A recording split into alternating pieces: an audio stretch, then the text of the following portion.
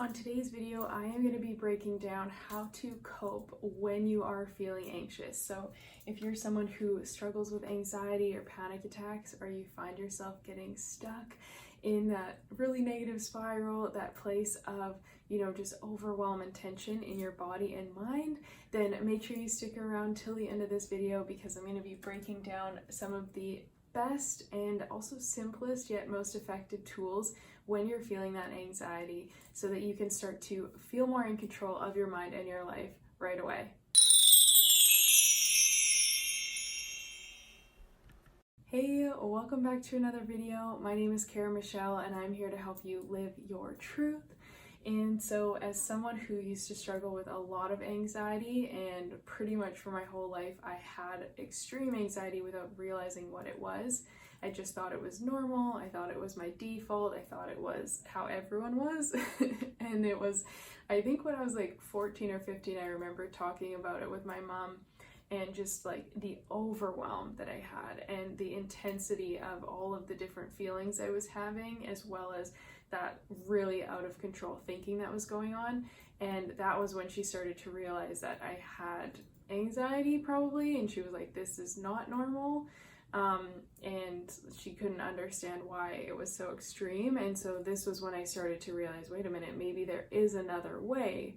So even though it felt very consuming and it felt like my reality, this was kind of the beginning of me starting to question and look at, are there ways to break free from this? And so it wasn't until probably in university actually, and after university, when I started traveling the world and studying with different coaches and healers all around the world, that I realized, okay, there are actually tools. And a lot of times I think we think that it has to be super complicated in order to make a really big change, when in reality the biggest solutions are often right there in front of us, and we just don't give them the chance because they're not complicated enough. So I invite you to stick with me on this video, and even though some of these things might seem a little bit simple and you might be like, I don't know if I really believe that can help, I promise you, if you give it a try, you will start to notice really big shifts that show up in your life. So before we dive in, I just want to share also, if you are someone who really wants to know more about anxiety and how to shift out of that, make sure you click that link down below where I'm sharing my free anxiety ebook. And I'm sharing 7 of my favorite tools, some of which I'm going to be talking about today, as well as different ones that I dive way deeper into on that ebook. And yeah, you can sign up, you can get it for free right away. And I also share how to use each of these tools. I share why they're so important, because if you're like me, maybe you don't believe it unless you really understand how it works. So I share that in there, as well as sharing personal stories of how I used each tool to transform my anxiety, whether it was when I was playing high-level university volleyball and had a lot of anxiety, when it was trauma-related after a really serious car accident, when it was just like overthinking, negative spirals, out of control thoughts. I share all of these things and more in that ebook. So if you want to grab that, the link is down below.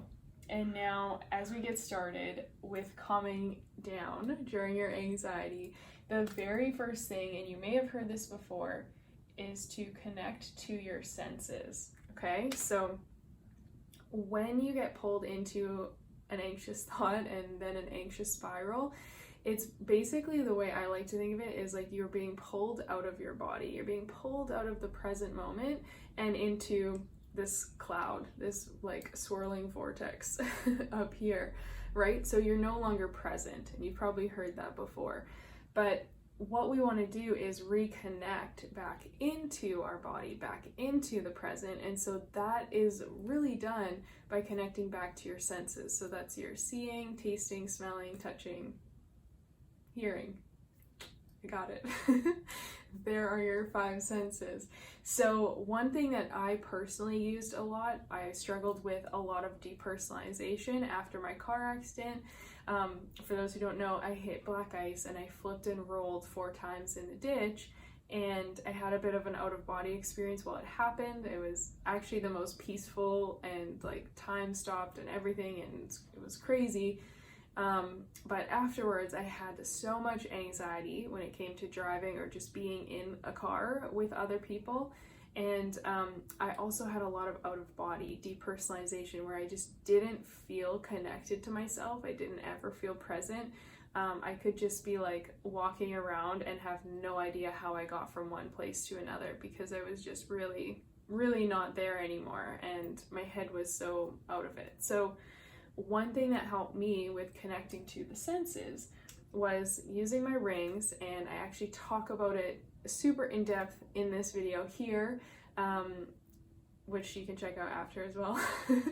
But what I did is I used my rings because I have a lot of rings on all the time. So what I would do is if I noticed that I was like getting pulled into anxiety, getting pulled into my thoughts and out of my body, is I would just like use my fingers to touch the ring, and or I would spin it, you know, I'd just play with it. I just focus in on, okay, like what am I feeling right now? Okay, this feels solid, this feels grounded, right? It's all of those kinds of things that help bring us back down into the physical body. As well, if you're out for a walk or you're working, wherever you are, right? What are you smelling?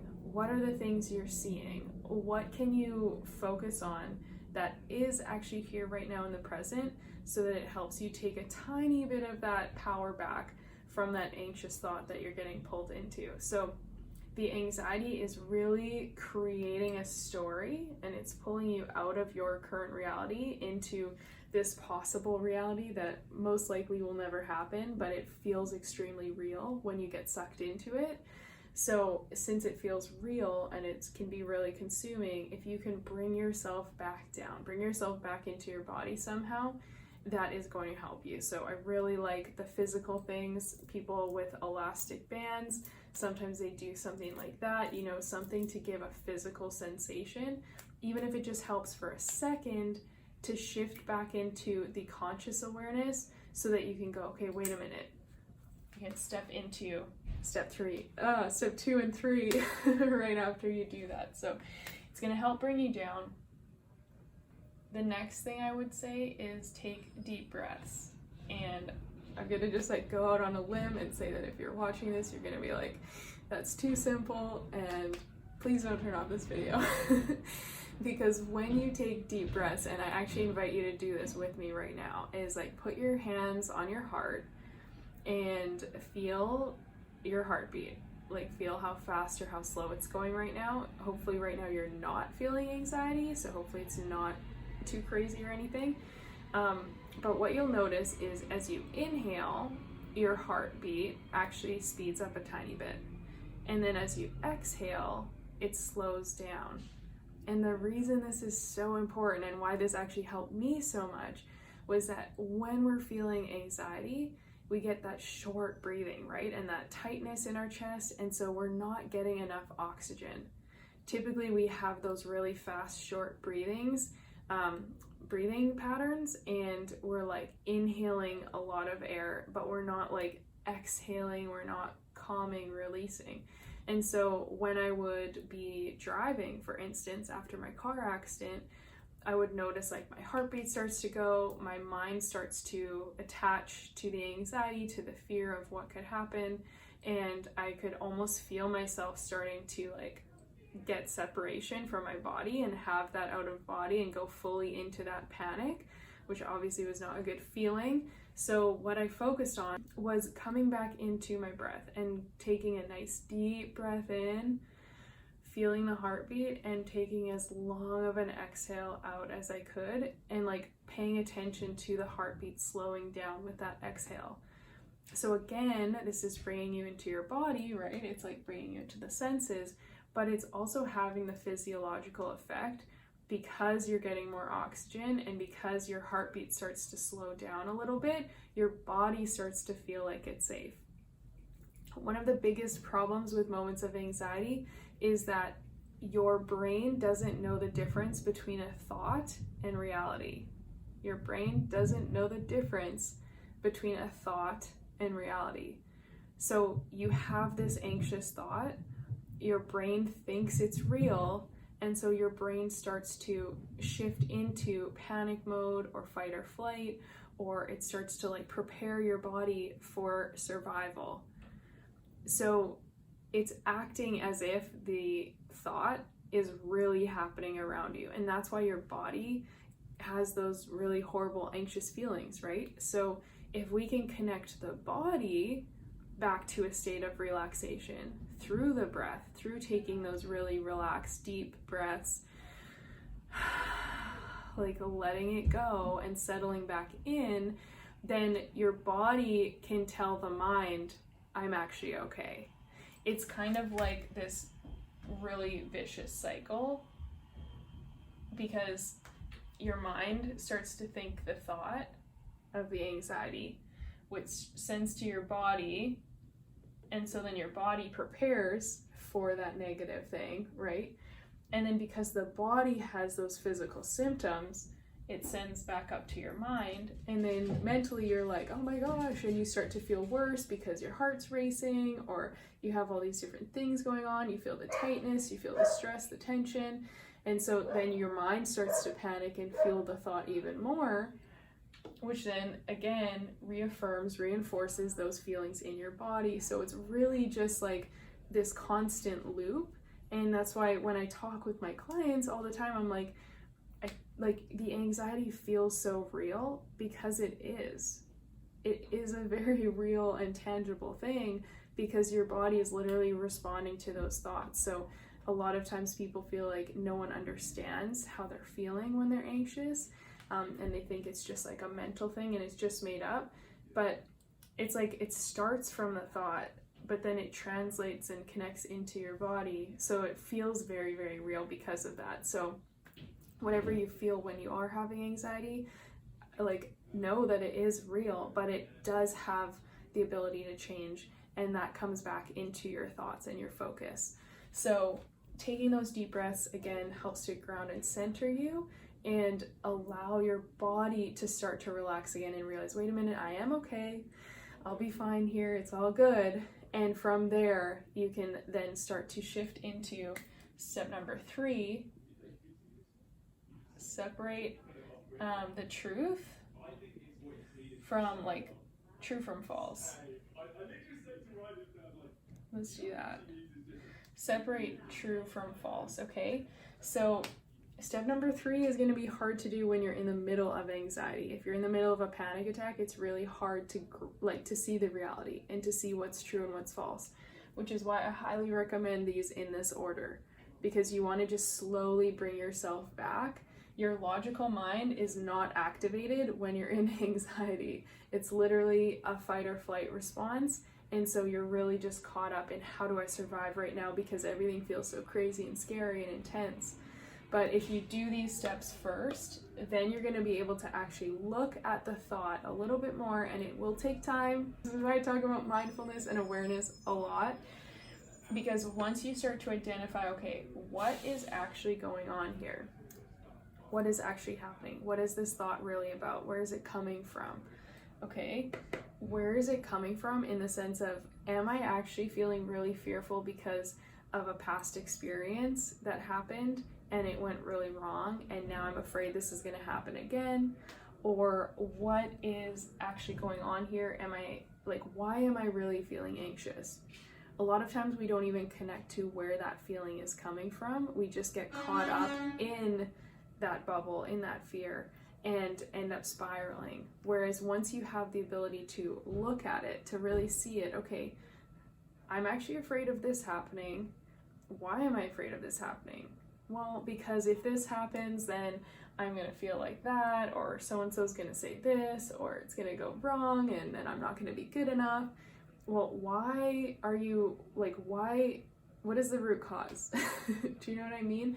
The more you can question your thoughts and uncover and really dive deep into them, the quicker you're gonna realize, I don't know what's going on outside today, fam. It's crazy. It's a crazy world. I don't know if you can hear that. We'll see when I play it back. But there's a lot of honking and stuff. So the more you dive into it, the more you can actually look at everything and see it all in front of you, right? Because when you're in anxiety, it's just like this crazy, crazy, crazy whirlpool. You connect to your senses, you take those deep breaths to help calm your body down a little bit, and then you separate what's actually true from what's actually false. What's actually going on here? What am I actually afraid of? Why am I afraid of it? Does it remind me of past experiences? Like, what's going on here? You start to like pull yourself out of that, where you can kind of see, okay, there's these things here, there's maybe this little bubble over here, maybe I'm afraid of that here, it reminds me of this time in my past here. But you're able to start to compartmentalize and separate all of these things, so it's not just one big mess of emotions. So I highly recommend using these steps next time you're feeling anxiety. Again, it starts with that awareness, or that physical grounding, that reminder to come back into the present, into your body. And from there, you can start to do these different tools, connect to your breath, focus in on the things around you, the people around you, start to look at, why is this thought happening? Where is it coming from? And what actually matters from it? What is the actual truth that I can take and then use? And what is just this false narrative that's created this really big negative story that's now affecting me and pulling me into a really uncomfortable place, okay? So I really hope this helps you. If you enjoyed it, please make sure to hit the thumbs up, subscribe, and turn on the notifications. As I said at the beginning of this video, I do have a free anxiety ebook with 7 powerful tools.